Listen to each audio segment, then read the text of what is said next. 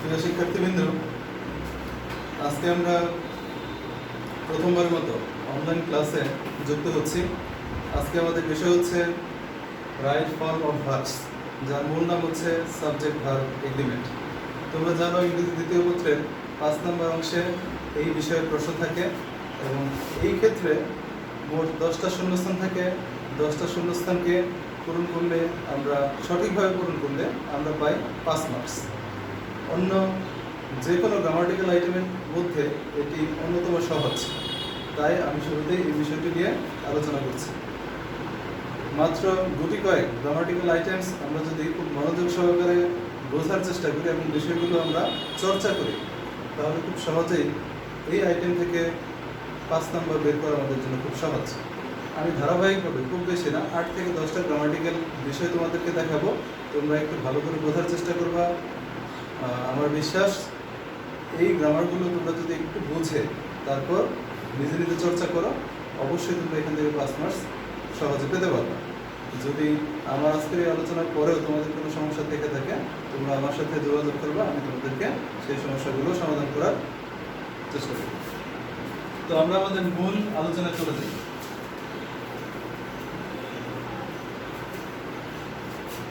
তার আগে বলে রাখি, তোমরা সবাই জানো টেন্স মূলত 3 প্রকার, আর এটাকে যদি আমরা ভাঙি তবে মোট 12 প্রকারের টেন্স পাই। এখন এই 12 প্রকারের টেন্সের সবগুলো কিন্তু আমাদের কাজে লাগে না। এই ক্ষেত্রে 3 থেকে 4 প্রকারের টেন্স আমরা যদি একটু ভালোভাবে জানি, তবে এই আইটেমটা কমপ্লিট করার জন্য যথেষ্ট। এর মধ্যে একটা বিষয় হচ্ছে প্রেজেন্ট ইনডিফিনিট টেন্স, যার গঠন হচ্ছে সাবজেক্ট। আমরা জানি রাইট ফর্ম ভার্বস করতে গেলে আমাদের সবার আগে যে বিষয়টা জানা দরকার সেটা হচ্ছে টেন্স। একটা সেন্টেন্সের যেই সেন্টেন্সের শূন্যস্থান দেওয়া থাকবে, ওই সেন্টেন্সের টেন্স দেখে আমাদেরকে শূন্যস্থানটা পূরণ করতে হবে। মনে করো একটা সেন্টেন্স দেওয়া আছে, যেই সেন্টেন্সের শূন্যস্থান। এখন তোমাকে প্রথমে বুঝতে হবে, দেখে বুঝতে হবে এই সেন্টেন্সটা প্রেজেন্ট টেন্সে আছে নাকি পাস্ট টেন্সে। যদি প্রেজেন্ট টেন্সে থাকে, সেই ক্ষেত্রে তোমাকে বুঝতে হবে এইটা প্রেজেন্ট কোন টেন্স, ইনডিফিনিট, কন্টিনিউয়াস, পারফেক্ট অথবা পারফেক্ট কন্টিনিউয়াস। তবে আমরা জানি সাধারণত একটা বিষয় খেয়াল রাখলে 10টা শূন্যস্থানের মধ্যে অটোমেটিক আমরা 3 থেকে 4টা শূন্যস্থান করে ফেলতে পারি, শুধুমাত্র ভার্বের প্রেজেন্ট ফর্ম দিয়ে অথবা পাস্ট ফর্ম দিয়ে। প্রথমে যে শূন্যস্থানটা, যে প্যাসেজটা তোমাকে দেওয়া থাকবে, তুমি একটু চিন্তা করে দেখবা এটা কি বর্তমান সময়ের প্যাসেজ নাকি অতীত সময়ের প্যাসেজ। যদি বর্তমান সময়ের হয়, সাধারণত সম্পূর্ণ প্যাসেজটাই প্রেজেন্ট টেন্সে থাকে, আর যদি অতীত সময়ের থাকে, সাধারণত সম্পূর্ণ প্যাসেজটাই অতীত সময়ের থাকে। তো সেই ক্ষেত্রে আমরা যদি একদম আন্দাজেও প্রেজেন্ট টেন্সের ক্ষেত্রে ভার্বের প্রেজেন্ট ফর্ম ইউজ করি, সেই ক্ষেত্রে দেখা যায় 3 থেকে 4টা শূন্যস্থান অটোমেটিক আমাদের হয়ে যায়। আবার যদি দেখি যে আমরা যে প্যাসেজটা পেয়েছি এটা পাস্ট টেন্সের, তো সেই ক্ষেত্রে ভার্বের পাস্ট ফর্ম ইউজ করলে 3-4টা শূন্যস্থান অটোমেটিক হয়ে যায়। কিন্তু এটা কোনো সমাধান না, আমরা 3-4টা শূন্যস্থানের জন্য এই আইটেমটা শিখবো না। এইখানে 10টা শূন্যস্থান থাকে, আমরা 10টা শূন্যস্থানই করব এবং এখান থেকে 5 নম্বরই আমরা ক্যারি করব। তো আমি প্রথম রুলসটাতে চলে যাই। তার আগে বলে রাখি, তোমাদেরকে 3টা টেন্স সম্পর্কে অবশ্যই স্পষ্ট ধারণা রাখতে হবে। সেটা হচ্ছে প্রেজেন্ট ইনডিফিনিট, পাস্ট ইনডিফিনিট এবং প্রেজেন্ট পারফেক্ট। আমি বলছি না যে এই 3টা টেন্স ছাড়া অন্য কোনো টেন্স লাগবে না, অবশ্যই লাগবে। তবে এই 3টা টেন্সের ব্যবহার সাধারণত বেশি হয়। আমরা যদি বিগত সালের কোশ্চেনগুলো সলভ করি, তো আমরা দেখতে পারি যে ওইখানে প্রায় 6 থেকে 7টা শূন্যস্থানই থাকে এই 3টা টেন্স থেকে। তো আমি প্রথম রুলসটাতে চলে যাই। আমরা একটা গ্রামাটিক্যাল রুলস জানি, কোনো সেন্টেন্সের ভার্ব সাধারণত ওই সেন্টেন্সের টেন্স অনুযায়ী হয়ে থাকে। অর্থাৎ প্রেজেন্ট টেন্স যদি হয়, ভার্বের প্রেজেন্ট ফর্ম হবে, যদি পাস্ট টেন্স হয়, সেটা ভার্বের পাস্ট ফর্ম হবে। তো এখন যদি কোনো একটা সেন্টেন্স আমরা প্রেজেন্ট টেন্সে পাই, তখন আমরা দেখব এটা বর্তমান সময়ে সাধারণ কোনো কথা কিনা। যদি সাধারণ কোনো কথা থাকে, আমরা গ্রামাটিক্যাল রুলস অনুযায়ী জানি এটা প্রেজেন্ট ইনডিফিনিট টেন্স। যদি ইনডিফিনিট টেন্স হয়, তখন আমরা দেখব এটার সাবজেক্ট কি, এই সেন্টেন্সের সাবজেক্টটা কি। যদি সাবজেক্ট হয় ফার্স্ট পারসন অথবা সেকেন্ড পারসন, সেই ক্ষেত্রে কোনো পরিবর্তন হবে না। তোমার শূন্যস্থানে পাশে ভার্বটা যে ফর্মে দেওয়া থাকে, সাধারণত প্রেজেন্ট ফর্মে দেওয়া থাকে, ওইটা কোনো ধরনের পরিবর্তন ছাড়া প্রেজেন্ট ফর্মেই বসবে। কিন্তু আমরা যদি দেখি থার্ড পারসন, তখন আমাদেরকে একটু চিন্তা করে দেখতে হবে সাবজেক্টটা থার্ড পারসন সিঙ্গুলার নাকি প্লুরাল। যদি প্লুরাল থাকে সেই ক্ষেত্রেও কোনো পরিবর্তন হবে না, কিন্তু যদি থার্ড পারসনের পাশাপাশি এটা সিঙ্গুলার হয় সেই ক্ষেত্রে আমাদেরকে মূল ভার্বের সাথে একটা অতিরিক্ত এস অথবা ইএস যুক্ত করতে হবে। যেমন আমি একটা এক্সাম্পলে যাই।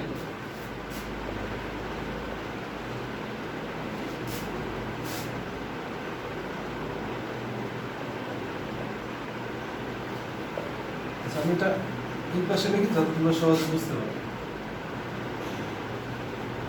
রহিম শূন্যস্থান পিয়ানো। দেখো এখানে ভার্বটা আমি দিয়েছি প্লে। এখন দেখো রহিম ড্যাশ পিয়ানো, আমরা যদি প্লেটাকে এখানে বসাই, রহিম প্লে পিয়ানো, রহিম পিয়ানো বাজায়। দেখো এটা কিন্তু সাধারণ একটা কথা, আর সাধারণ একটা কথা যদি হয় সেটা প্রেজেন্ট ইনডেফিনিট টেন্স। এখন আমরা জানতে পারলাম এটা প্রেজেন্ট ইনডেফিনিট টেন্স, এবং আমরা সাবজেক্টটা দিকে দেখি, এখানে আছে রহিম। রহিম কিন্তু কোন পার্সন? রহিম হচ্ছে থার্ড পার্সন। তার আগে পার্সন সম্পর্কে একটা ধারণা দিয়ে নেই। পার্সন তিন প্রকার আমরা জানি, ফার্স্ট পার্সন, সেকেন্ড পার্সন এবং থার্ড পার্সন। আমরা জানি আই এবং উই, এই দুইটা হচ্ছে ফার্স্ট পার্সন, ইউ হচ্ছে সেকেন্ড পার্সন, এবং এই তিনটা ছাড়া পৃথিবীতে যা কিছু আছে সব কিছুই হচ্ছে থার্ড পার্সন। এখানে আছে রহিম, আই উই এবং ইউ এর মধ্যে পড়ে না, সুতরাং এটা হচ্ছে থার্ড পার্সন। এখন আমরা দেখবো রহিমের সংখ্যা, অর্থাৎ একজন মানুষ হিসেবে রহিমের সংখ্যা কি এক নাকি একের বেশি? রহিমের সংখ্যা হচ্ছে এক, সুতরাং এটা হচ্ছে সিঙ্গুলার। যেহেতু থার্ড পারসন এবং সিঙ্গুলার, সুতরাং এখন আমাদেরকে যে মূল ভার্বটা এখানে আমরা বসাবো তার সাথে একটা এস অথবা ইএস যুক্ত করতে হবে। যেহেতু ভার্ব আছে প্লে, প্লের সাথে ইএস বসে না, বসে হচ্ছে প্লে, সরি এস বসে। সুতরাং আমাদের উত্তরটা হবে রহিম প্লেস পিয়ানো। দেখো মূল ভার্ব কিন্তু আমাদের পাশে দেয়াই ছিল, আমরা অতিরিক্ত একটা এস যুক্ত করেছি। এই এসটা কিভাবে যুক্ত করেছি? গ্রামারের সাথে ম্যাচিং করে, গ্রামারটাকে বুঝে এখানে আমরা অ্যাপ্লাই করেছি। আমার মনে হয় তোমরা বিষয়টা বুঝতে পেরেছো। আমি আরেকটা এক্সাম্পলে যাচ্ছি, সেটা হচ্ছে আই শূন্যস্থান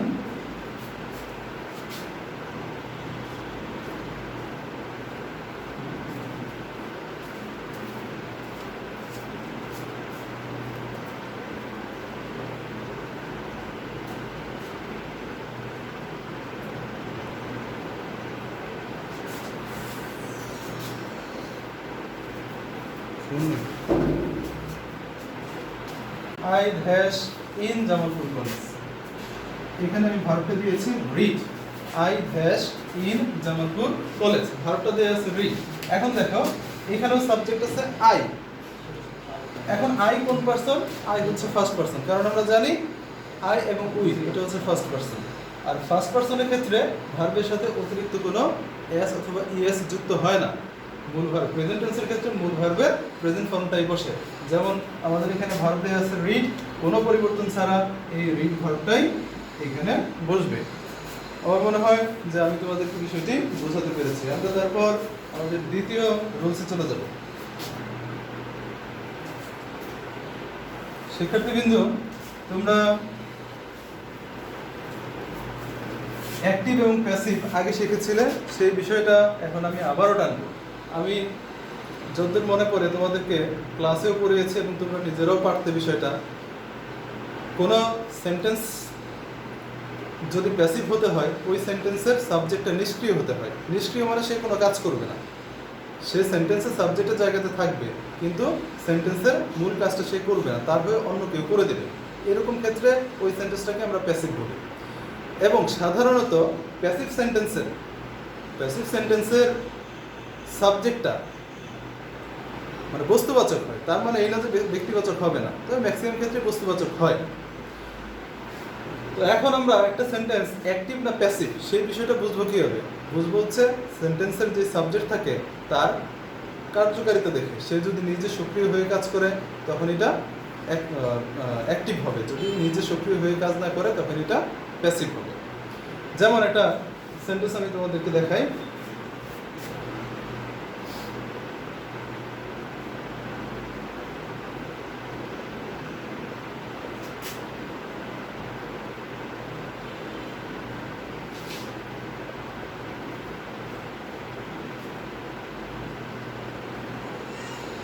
English is spoken all over the world. দেখো এখানে আমাদের সাবজেক্ট হচ্ছে ইংলিশ, ইজ স্পোকেন এটা হচ্ছে verb, all over the world সারা বিশ্বব্যাপী এটা হচ্ছে আমাদের সেন্টেন্সের অতিরিক্ত অংশ। এখন ইংরেজি বলা হয়, দেখো তো সেন্টেন্সের সাবজেক্ট ইংলিশ, কিন্তু সে কি নিজে ইংরেজি বলে না। তার মানে সেন্টেন্সের সে সাবজেক্ট হওয়া সত্ত্বেও এই সেন্টেন্সের মূল কাজ বলা সে কিন্তু নিজে বলে না, তাকে অন্য কেউ বলে। তার মানে আমাদের সাবজেক্ট ইংলিশ হওয়া সত্ত্বেও সে হচ্ছে নিষ্ক্রিয় বা ইনঅ্যাক্টিভ। সুতরাং আমরা খুব সহজেই বুঝতে পারি যে এই সেন্টেন্সটা হচ্ছে প্যাসিভ, অ্যাক্টিভ না। যেমন আগের যে সেন্টেন্সটা আমি বলেছিলাম, I read in Jamalpur college, এখানে দেখো পরে কে আমি পড়ি, তার মানে সেন্টেন্সের কাজটা কে করে, আমি করি। সুতরাং এটা ছিল অ্যাক্টিভ সেন্টেন্স আর এটা হচ্ছে প্যাসিভ সেন্টেন্স। এখন কোনো সেন্টেন্স যদি প্যাসিভ ভয়েস হয় সেই ক্ষেত্রে ওই সেন্টেন্সের সাবজেক্টটা ইনঅ্যাক্টিভ থাকবে, অর্থাৎ প্যাসিভ থাকবে। এখন এরকম কোনো সেন্টেন্স যদি আমাদেরকে দেয়া থাকে, মনে করো এই সেন্টেন্সটা দেয়া থাকলেও এখানে শূন্যস্থান থাকবে, আমাদের ভার্বের জায়গায় হয়তো দেয়া থাকবে স্পিক, তখন আমরা চিন্তা করে দেখব যে এই সেন্টেন্সটা অ্যাক্টিভ নাকি প্যাসিভ। দেখো ইংরেজি নিজে বলে না, সুতরাং আমাদের সাবজেক্ট অ্যাক্টিভ না হলে এটা হবে প্যাসিভ। আর যদি প্যাসিভ হয় তখন আমাদেরকে গ্রামাটিক্যাল রুলসে একটু পরিবর্তন আনতে হবে। কিভাবে পরিবর্তন আনবো? আমরা জানি প্যাসিভ করার জন্য সাবজেক্টের পরে টেন্স অনুযায়ী টু বি ভার্ব ইউজ করতে হয়। যেমন English is spoken all over the world, সারা বিশ্বব্যাপী ইংরেজি বলা হয়, এটা হচ্ছে বর্তমান সময়ের সাধারণ একটা কাজ। আর সাধারণ একটা কাজ যদি হয় সেটা হবে প্রেজেন্ট ইনডিফিনিট টেন্স। আর প্রেজেন্ট ডিফিনিট টেন্সের সাবজেক্টের পরে এম ইজ আর, এই তিনটা থেকে সাবজেক্ট অনুযায়ী আমাদেরকে একটা অক্সিলিয়ারি আনতে হবে। ইংলিশ হচ্ছে থার্ড পারসন এবং সিঙ্গুলার, সুতরাং এরপরে বসবে ইজ। এবং আমরা জানি টু বি ভার্বের পরে প্যাসিভ ভয়েসে সবসময় মূল ভার্বে থ্রি বসে। আমাদের এখানে ভার্ব দেয়া আছে স্পিক, সুতরাং স্পিকের মূল ভার্বে থ্রি হবে স্পোকেন। তো আমাদের মূল উত্তর হবে কি? English is spoken.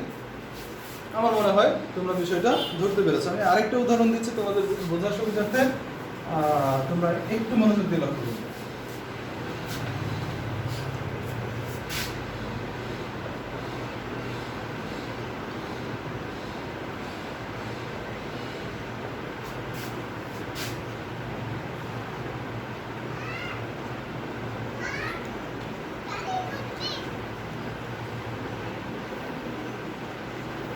দেখো, the assignment dash by the students, কাজটি ছাত্রদের দ্বারা করা হয়।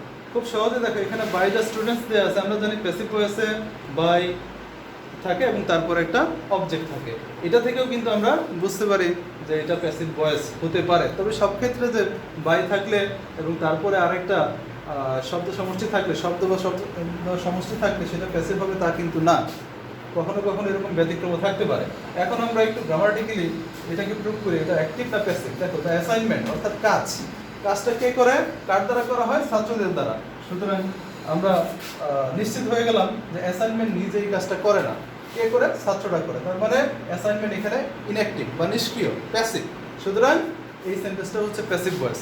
এখন দেখো, ছাত্রদের দ্বারা অ্যাসাইনমেন্টটি করা হয়, এটা বর্তমান সময়ের কাজ এবং এটি সাধারণ কাজ, সুতরাং এটাও হবে ইনডিফিনিট টেন্স। এখন দেখো অ্যাসাইনমেন্ট কি সিঙ্গুলার না প্লুরাল? সিঙ্গুলার, কারণ এই অ্যাসাইনমেন্টের পরে অতিরিক্ত এস অথবা ইএস নাই, সুতরাং এটা প্রেজেন্ট টেন্স এবং সিঙ্গুলার। আর যেহেতু সিঙ্গুলার সুতরাং আমাদের অক্সিলিয়ারি ভার্ব হবে ইজ, তারপর ডু, এর মূল ভার্বে থ্রি হবে ডান। আমার মনে হয় এখন তোমরা বিষয়টা বুঝতে পেরেছো।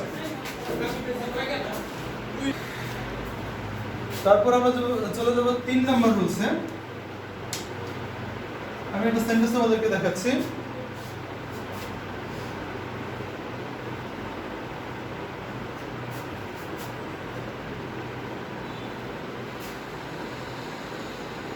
I can sing a song, আমি একটি গান গাইতে পারি। দেখো এই সেন্টেন্সের মধ্যে আগের সেন্টেন্স থেকে পার্থক্যটা কোথায়? এই সেন্টেন্সে একটা অতিরিক্ত শব্দ আছে ক্যান। এই ক্যানটা কি? ক্যান হচ্ছে modal auxiliary. Can, could, may, might, shall, should, will, would এগুলো হচ্ছে মোডাল অক্সিলিয়ারি। আমরা সাধারণত জানি যদি কোনো সেন্টেন্সকে প্যাসিভ করতে হয় এবং ওই সেন্টেন্সে যদি কোনো মোডাল থাকে সেই ক্ষেত্রে প্যাসিভ করাটা আরও বেশি সহজ হয়ে যায়। কীভাবে? কারণ এই মোডাল না থাকলে আমাদেরকে সেন্টেন্সের টেন্স দেখতে হইতো, টেন্সের পাশাপাশি আবার সাবজেক্টকেও দেখতে হইতো, সে সিঙ্গুলার না প্লুরাল। কিন্তু যখন মোডাল থাকতো তখন এগুলো নিয়ে আর আমাদেরকে চিন্তা করতে হয় না। তখন আমাদেরকে কী করতে হবে, শুধুমাত্র এই মোডালের পরে কি করতে হবে, একটা অতিরিক্ত বি যুক্ত করতে হবে, বি যুক্ত করে মূল ভার্বের পাস্ট পার্টিসিপল ফর্ম দিয়ে দিতে হবে। এখন এই সেন্টেন্সটাকে যদি আমরা ঘুরাই তখন কি হবে, এটা অ্যাক্টিভ সেন্টেন্স, কারণ এখানে গান গাওয়ার কাজটা কে করে, আমি নিজে করি। আবার দেখো আমরা যদি এটাকে প্যাসিভ করি, এ সং, তারপর দেখো মোডাল আছে ক্যান। এখন এই ক্যানের পরে আমরা একটা অতিরিক্ত বি দিব, কারণ প্যাসিভ করার সময় মোডালের পরে সব সময় একটা অতিরিক্ত বি যুক্ত করতে হয়। ক্যান বি, এই সিং এর পাস্ট পার্টিসিপল ফর্ম দিব সাং, তারপরে বাই, আই এর অবজেক্টিভ ফর্ম হচ্ছে মি। এখন দেখো আমাদের শূন্যস্থানটা কোথায় দেওয়া থাকবে, শূন্যস্থান দেওয়া থাকবে এই জায়গাতে, তারপরে আমাদের মূল ভার্ব এখানে দেওয়া থাকবে সিং। যখন আমরা সেন্টেন্সটা এরকম ভাবে দেখব তখন আমরা লক্ষ্য করবো এখানে মোডাল আছে কিনা। হ্যাঁ, এখানে মোডাল আছে। আমরা জানি প্যাসিভ করতে গেলে সবসময় কি লাগে, মোডালের পর একটা বি যুক্ত করতে হয়। আমরা বি যুক্ত করে দিলাম, তারপর মূল ভার্ব আছে কি সিং, সিং এর পাস্ট পার্টিসিপল ফর্ম হচ্ছে সাং। তো আমাদের মূলত হবে ক্যান বি সাং। আমার মনে হয় এই বিষয়টাও তোমরা বুঝতে পেরেছো। আমি আরেকটা উদাহরণটা আমি তোমাদের বোঝার স্বার্থে,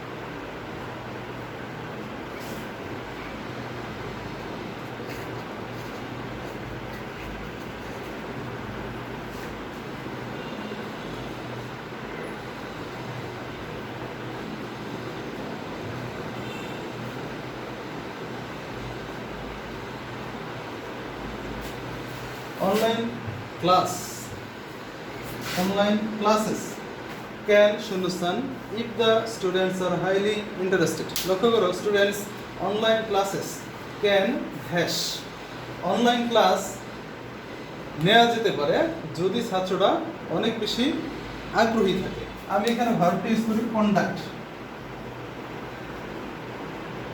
এটা হচ্ছে আমাদের ভার্ব। এখন দেখো অনলাইন ক্লাস, এই ক্লাসটা কি অনলাইন ক্লাস নিজে নেবে না, তার মানে সাবজেক্ট হওয়া সত্ত্বেও সে কিন্তু এখানে ইনঅ্যাক্টিভ। ইনঅ্যাক্টিভ মানে হচ্ছে প্যাসিভ, আর প্যাসিভ যদি হয় তখন মোডাল থাকলে তারপরে অতিরিক্ত বি যুক্ত করতে হবে। তোমরা আগের এক্সাম্পলে দেখেছো, সুতরাং সেই অনুযায়ী আমরা বলতে পারি এখানে একটা বি যুক্ত করব। কন্ডাক্ট হচ্ছে আমাদের ভার্ব, এর পাস্ট পার্টিসিপল ফর্ম দিতে হবে, সুতরাং আমরা কন্ডাক্ট থেকে কন্ডাক্টেড দিয়ে দেব। মনে রাখবো সবসময় যদি শূন্যস্থানের আগে বি, বিং, বিন এই শব্দগুলো থাকে কোনো শূন্যস্থানের আগে, যেমন দেখো এই বিটা কিন্তু এখানে আছে, এখন বি না থেকে যদি এখানে বিং থাকতো অথবা বিন থাকতো তারপরে শূন্যস্থান থাকতো, সবসময় আমরা কি করবো, তারপরে মূল ভার্বের 3 অর্থাৎ ভার্বের পাস্ট পার্টিসিপল ফর্ম ইউজ করবো। আশা করি তোমরা বিষয়টা বুঝতে পেরেছো। আমরা চলে যাবো তার পরবর্তী রুলসে। স্টুডেন্টস, তোমাদের সবার পূর্ণ মনোযোগ আশা করছি। 4 নম্বর রুলসে যাব আমরা। আমরা জানি কোনো একটা সিম্পল সেন্টেন্সে সাধারণত একটা ভার্ব থাকে, সিম্পল সেন্টেন্সে সাধারণত একটা ভার্ব থাকে। এখন কখনো কখনো সিম্পল সেন্টেন্সে যদি দুইটা ভার্ব থাকে তখন কি করব, তখন খুব সহজেই দ্বিতীয় ভার্বটার সাথে আমরা আইএনজি যুক্ত করে দেব। সিম্পল সেন্টেন্সে সাধারণত একটা ভার্ব থাকে, যদি দ্বিতীয় আরেকটা ভার্ব থাকে ওই ভার্বটাকে আমাদের আইএনজি করে দিতে হবে। কেন? কারণ আইএনজি করলে ভার্বটা ফাইনিট ফর্ম থেকে নন ফাইনিট হয়ে যাবে, আর নন ফাইনিট হয়ে গেলে তখন আমাদের ক্লোজের আর কোনো পরিবর্তন হবে না, অর্থাৎ সেন্টেন্সটা তার গঠন রীতি সমুন্নত রাখতে পারবে। যেমন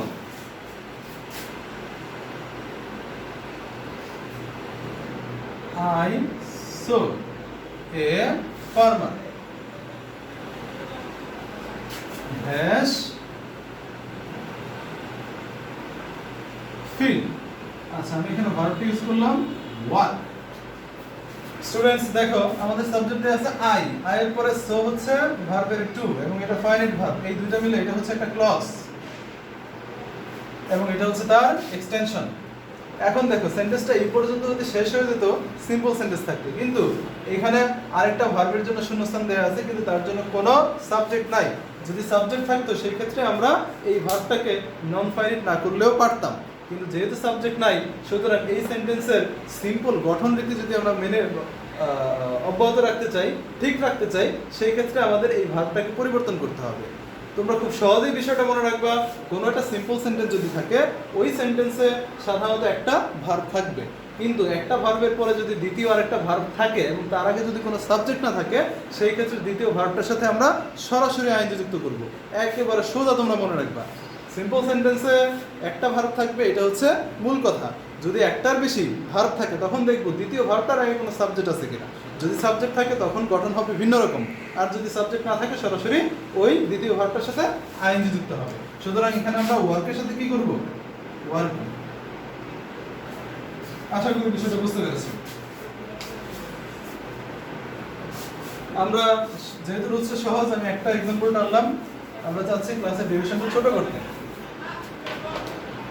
তোমরা জানো প্রিপোজিশন সম্পর্কে, প্রিপোজিশন কয় প্রকার, এই বিষয়টা এই মুহূর্তে মুখ্য না, মুখ্য হচ্ছে প্রিপোজিশনের ব্যবহার। অর্থাৎ কোনো রাইট ফর্ম অফ ভার্বসের শূন্যস্থানের আগে যদি প্রিপোজিশন থাকে, সেই ক্ষেত্রে আমরা ওই জায়গাটাতে কিভাবে সঠিক ভার্বটা বসাবো। আমরা জানি ইন, অ্যাট, উইথ, উইদাউট, এগুলো হচ্ছে প্রিপোজিশন। এই প্রিপোজিশন যদি কোনো শূন্যস্থানের আগে থাকে, মনে রাখবা ওই প্রিপোজিশনের পরের শূন্যস্থানে যেই ভার্বটা থাকবে, ভার্বের সাথে সবসময় আইএনজি যুক্ত করতে হবে। কি করতে হবে? আইএনজি করতে হবে, মনে রাখবা। যেমন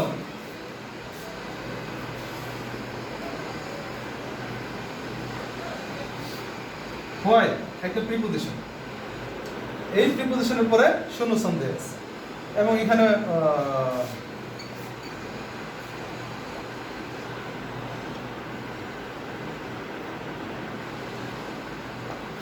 why dash hmm I met my friend, যখন বাড়ি যাচ্ছিলাম আমি আমার বন্ধুর সাথে সাক্ষাৎ করেছিলাম।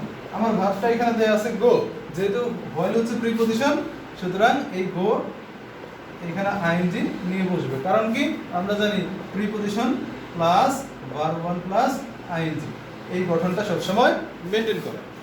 হোয়াইলের আরেকটা সূত্র আছে, সেটাও যেহেতু হোয়াইল এসেছে আমি তোমাদেরকে জানিয়ে রাখি।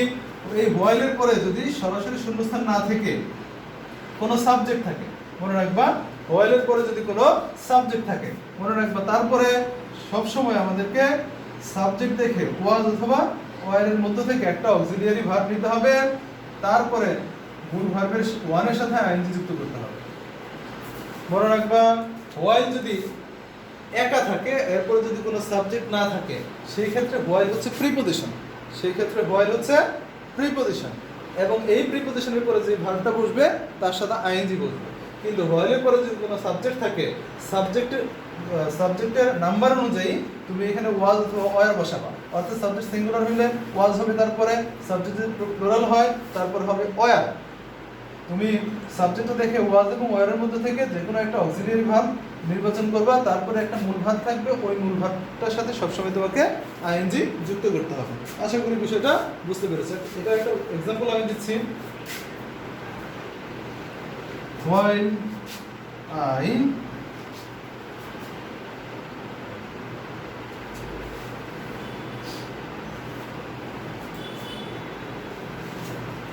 was going home, যখন আমি বাড়ি যাচ্ছিলাম, I met my friend. Students, আমরা তার পরের রুলসটাতে চলে যাব। খুব সম্ভবত এটি আমাদের 5 নম্বর রুলস, 5 বা 6 হওয়ার কথা।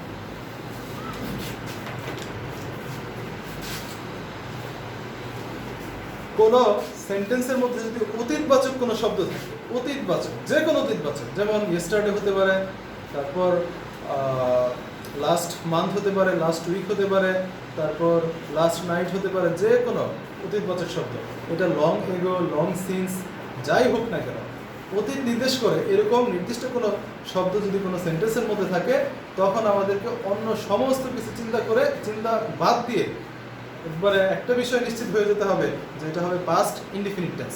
আর পাস্ট ইনডিফিনিট টেন্সের গঠন তোমরা জানো, subject plus verb two plus extension, অর্থাৎ সাবজেক্টের পরে ভার্বের জায়গায় শূন্যস্থান থাকবে, এইখানে শূন্যস্থানের ভার্বটা হবে সবসময় পাস্ট ফর্ম। যেমন yesterday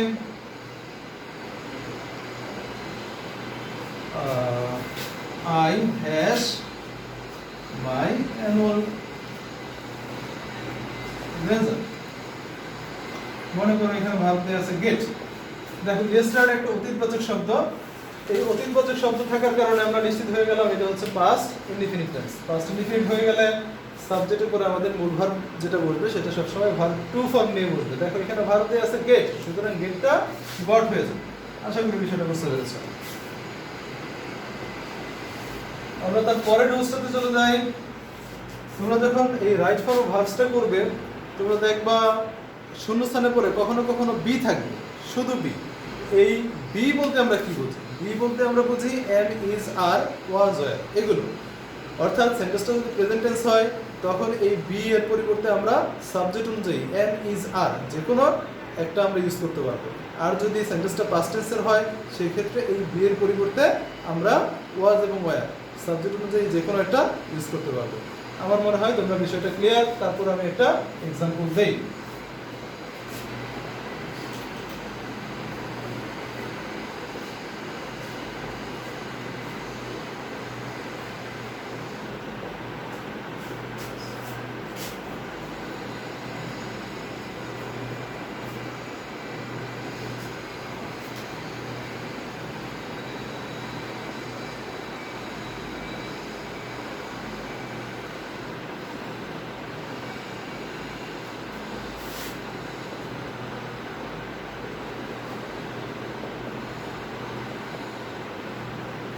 দেখো একটা সেন্টেন্স আমি এখানে লিখেছি, all dash well in the world if he himself is well.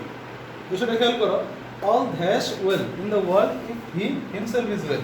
পৃথিবীতে সবাই ভালো যদি সে নিজে ভালো থাকে, এটা হচ্ছে তার বাংলা। দেখো এখানে আমাদের সাবজেক্ট আছে অল। পৃথিবীতে সবাই ভালো যদি সে নিজে ভালো হয়। দেখো এটা কিন্তু বর্তমান সময়ের সাধারণ একটা কথা, সুতরাং অর্থাৎ এটা চিরন্তন একটা সত্য কথা। চিরন্তন সত্য কথা সবসময় প্রেজেন্ট টেন্স, তার মানে এই সেন্টেন্সটাও হচ্ছে প্রেজেন্ট টেন্স। এখন আমরা দেখব সাবজেক্ট কি। সাবজেক্ট হচ্ছে অল। অল কিন্তু সংখ্যায় এক না, একের বেশি, সুতরাং প্লুরাল। এবং আমাদের এখানে দেওয়া আছে বি। আমরা প্রথমত জানতে পারলাম এটা হচ্ছে প্রেজেন্ট টেন্স প্রথমত, দ্বিতীয়ত সাবজেক্ট হচ্ছে প্লুরাল। সুতরাং প্রেজেন্ট টেন্স হলে এম, ইজ, আর এই তিনটা থেকে আমাদের অক্সিলিয়ারি নিতে হয়। আর যেহেতু এটা প্লুরাল, সুতরাং আমরা এম নিতে পারবো না, কারণ এম নিতে গেলে সাবজেক্টের আগে কি লাগে? সাবজেক্ট লাগবে আই। আর যেহেতু সাবজেক্ট হচ্ছে প্লুরাল, সুতরাং এখানে ইজ আসবে না, আর হচ্ছে আর। All are well in the world if he himself is well. আমরা তার পরের রুলসটাতে চলে যাব।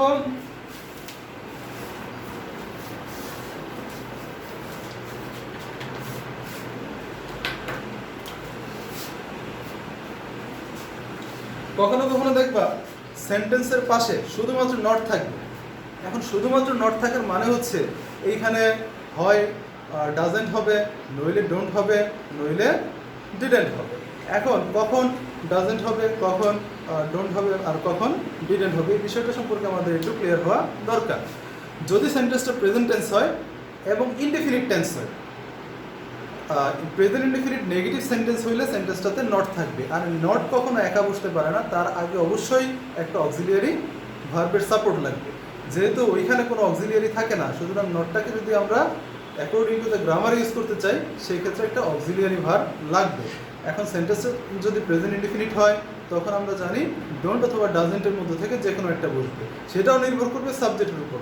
সাবজেক্ট যদি থার্ড পারসন সিঙ্গুলার নাম্বার হয়, সেই ক্ষেত্রে ডাজেন্ট হবে, অন্য সকল ক্ষেত্রে হবে ডোন্ট। আর যদি সেন্টেন্সটা পাস্ট টেন্স হয়, তখন আর এত চিন্তা ভাবনা করার কোনো দরকার নাই, আমরা সরাসরি ডিডেন্ট দিয়ে দেবো। আমি একটা এক্সাম্পল দিচ্ছি, দেখো।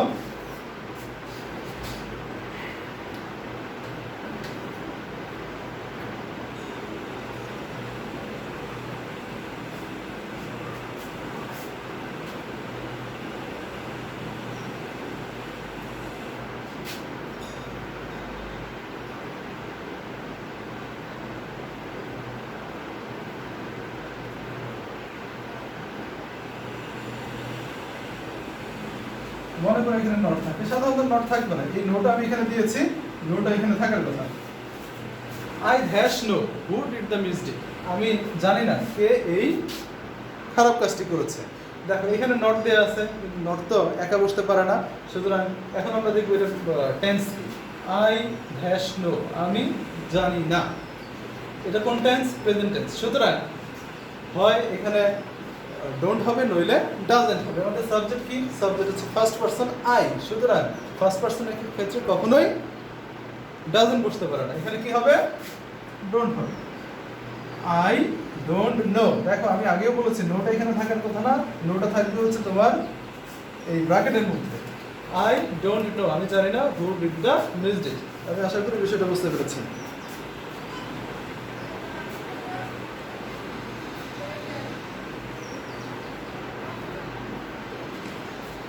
এবং আজকে আমরা সর্বশেষ ছোট ক্লাসের সর্বশেষ যে রুলসটা আমরা করবো এখানে, সেটা হচ্ছে মোডাল অক্সিলিয়ারি নিয়ে। আমরা মোডাল অক্সিলিয়ারি নিয়ে একটা রুলস আগেই করেছি, যেখানে আমি বলেছি যে সকল মোডাল অক্সিলিয়ারি যুক্ত সেন্টেন্সকে যদি প্যাসিভ করতে হয়, তারপরে একটা বি যুক্ত করে মূল ভার্বের থ্রি দিতে হয়। যদি সেন্টেন্সটা প্যাসিভ না হয়ে অ্যাক্টিভ হয়, সেই ক্ষেত্রে আমরা তো বি দিবই না, তখন বি এর পরিবর্তে অর্থাৎ মূল ভার্বের থ্রি এর পরিবর্তে আমরা কি দিব? মূল ভার্বের প্রেজেন্ট ফর্ম দিব। আমি আরেকটু সহজ করে সোজাসুজি বলি। যদি সেন্টেন্সটা মোডালযুক্ত সেন্টেন্সটা অ্যাক্টিভ ভয়েস হয়, সেই ক্ষেত্রে শুধুমাত্র মোডালের পরে আমরা মূল ভার্বের প্রেজেন্ট ফর্ম দিব। আর যদি প্যাসিভ হয়, সেই ক্ষেত্রে আমরা মোডালের পরে একটা অতিরিক্ত বি যুক্ত করব, তারপর মূল ভার্বের পাস্ট পার্টিসিপল ফর্ম ইউজ করবো। একটা ছোট উদাহরণ দিয়ে আমি শেষ করবো। মনে করো দেওয়া থাকলো I can hash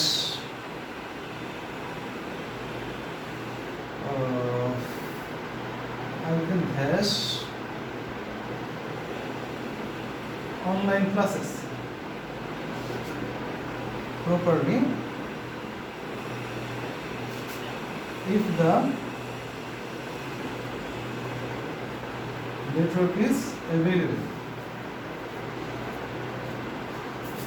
I can hash online classes properly if the network is available. আমি এখানে ভাব দিলাম কন্ডাক্ট। দেখো এখন এই অনলাইন ক্লাসটা কে কন্ডাক্ট করবে? আমি করব। তার মানে সেন্টেন্সটা হচ্ছে অ্যাক্টিভ। যদি অ্যাক্টিভ হয়, দেখো সাবজেক্টের পরে মোডাল দেওয়া আছে, মোডালের পরে কি হবে? মূল ভার্বের প্রেজেন্ট ফর্ম হবে। সুতরাং এই কন্ডাক্ট ভার্বটা পরিবর্তন না হয়ে মূল ভার্বের প্রেজেন্ট ফর্ম হিসেবে এখানে বসবে, কারণ আমার সাবজেক্ট সেন্টেন্সের মূল কাজটা করতেছে। এখন সাবজেক্ট যদি অ্যাক্টিভ না হয়ে প্যাসিভ হইতো, তখন এই ক্যানের পরে একটা অতিরিক্ত বি যুক্ত করতে হইতো, বি এর পরে মূল ভার্বের থ্রি ইউজ করতে হইতো। কখন? যখন এটা প্যাসিভ ভয়েস হইতো। আমি খুব ছোট পরিসরে আজকে অত্যন্ত সহজ একটি বিষয় উপস্থাপন করেছি। আমি চেষ্টা করেছি যতটা সহজে এবং সাবলীলভাবে উপস্থাপন করতে। তোমরা যদি মনোযোগ দিয়ে ক্লাসটা প্রথম থেকে শেষ পর্যন্ত দেখে থাকো, প্রথমবার যদি না বুঝো আমি বলবো দ্বিতীয়বার বা তৃতীয়বার দেখবে। তারপরেও যদি না বুঝো তোমরা আমাকে কমেন্ট বক্সে জানাবা, আমি তোমাদের প্রত্যেকটা সমস্যার সমাধান করব। কিন্তু তারপরেও যদি এই ক্ষেত্রে কোনো ধরনের অস্পষ্টতা থেকে থাকে, আমি প্রয়োজনে তোমাদের সাথে বিষয়টা আবারও আলোচনা করব। তো আজকের মতো সবার সুস্থতা কামনা করে প্রথম অনলাইন ক্লাস এখানে শেষ করছি। আল্লাহ হাফেজ।